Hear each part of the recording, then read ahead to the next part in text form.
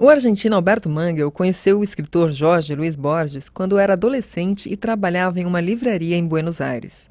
Durante esse convívio, o jovem teve verdadeiras aulas de literatura e alimentou seu gosto pelos livros. Hoje, com obras publicadas e uma biblioteca de mais de 35 mil livros em casa, Mangel se tornou referência em literatura e, é claro, em Jorge Luiz Borges.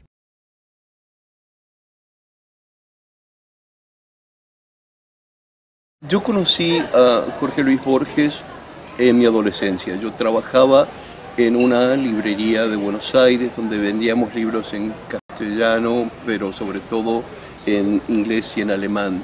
Y Borges venía a comprar libros en esa librería.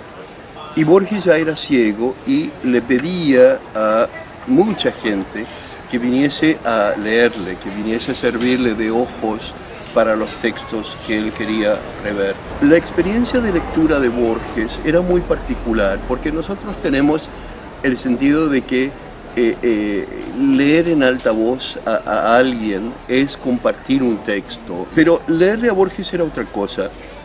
No era una lectura personal, no era mi elección, no era mi tono, era la elección de Borges y era sobre todo leer en un tono neutro, para que él tuviese simplemente noción del texto que yo estaba recorriendo. Borges quería esas lecturas por una razón muy precisa.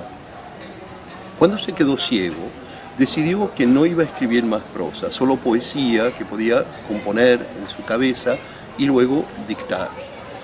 Pero a mediados de los años 60, cuando yo lo conocí, estaba pensando que iba a volver a escribir prosa. Pero antes de decidirse a escribir, quería revisitar los textos que más le importaban, los cuentos que le parecían más perfectos. Entonces me pedía que le leyese cuentos de Kipling, de Henry James, pero era una lectura muy particular, porque yo empezaba a leer y después de una o dos frases Borges me detenía y hacía un comentario sobre lo que yo había leído, que tal palabra se encontraba en tal contexto, que había un personaje que aparecía de una manera y se convertía en otro personaje un poco más tarde, que había una negociación con el lector sobre la forma de contar las cosas. Y Borges revisaba ese cuento que yo le estaba leyendo como un mecánico revisa un motor para ver cómo está armado, cómo las piezas